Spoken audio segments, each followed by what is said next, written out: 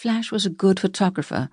Last year he even won an award as the News Photographer of the Year. You'll prepare the news as we got more material. You're the host tonight, right? The manager continued and looked at Jytte. She nodded. Anna did not listen for the rest of the meeting. She leaned against Jytte's arm and read the paper over her shoulder. The journalist did not know much, which was why the photos were bigger than the text boxes. The police would not say anything about the ongoing investigation, but there were big photos of the crime scene in front of the garage with the police's red tape, the victim's home, and a smaller photo of the officer wearing a uniform. Johan Boje had just turned 50 last week. He was a good-looking guy with intense blue eyes and a confident, natural smile. He left behind a wife, Alice, and 2 children, a girl of 11 and a boy of 9. No one knew the motive for the murder, if it were indeed a murder. But Flash was right. You do not run a man over twice unless you want him to die. The news team buzzed with activity after the meeting, as journalists and photographers got ready to do their assignments. They all talked among themselves. Anna loved a day like this, when something exciting had happened in the region and she really had something to work with. Of course, the situation with the murdered cop was tragic, but these were the times when she felt her job made sense. The local people had to be informed. Maybe the broadcast tomorrow could even help them get witnesses so the perpetrator could be caught and punished. She felt like a part of the investigation team.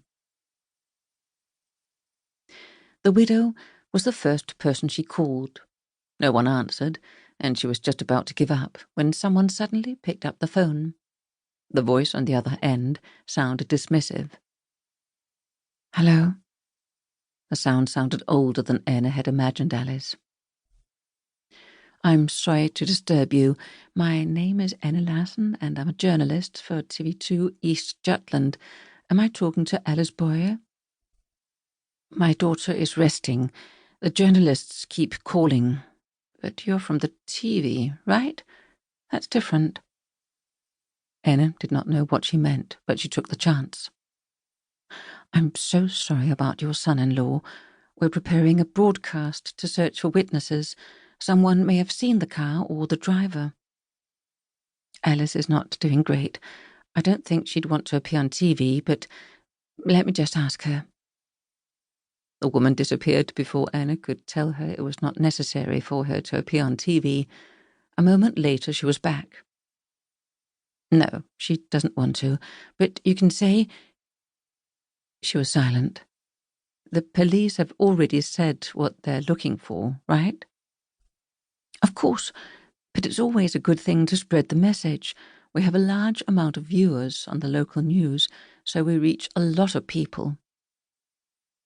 The woman was silent for a while. Anna sensed that she wanted to ask something.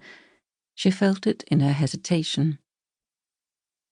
"Have you spoken to Johan's co-workers?" she finally asked. "It's horrible if it's one of them." The last thing was said quietly, as if she was whispering to herself. "Is that a suspicion?" "I don't know. Lucas, my grandson, keeps saying he saw the car and that it was an officer in uniform who was driving it." "Have you told this to the police?" "Yeah, I think so. Johan's boss was here last night. Lucas mentioned it then. Alice thinks it's the boy's vivid imagination, but what if it isn't?" "The police will know, but it isn't possible to talk to Lucas, is it?" "No, I don't want you interrogating him. It's tragic enough for the poor children." The woman had a lump in her throat and swallowed it so loudly Anna could hear it on the phone. "Okay, I respect that, of course." She was silent again. "Will it be on the TV tonight?"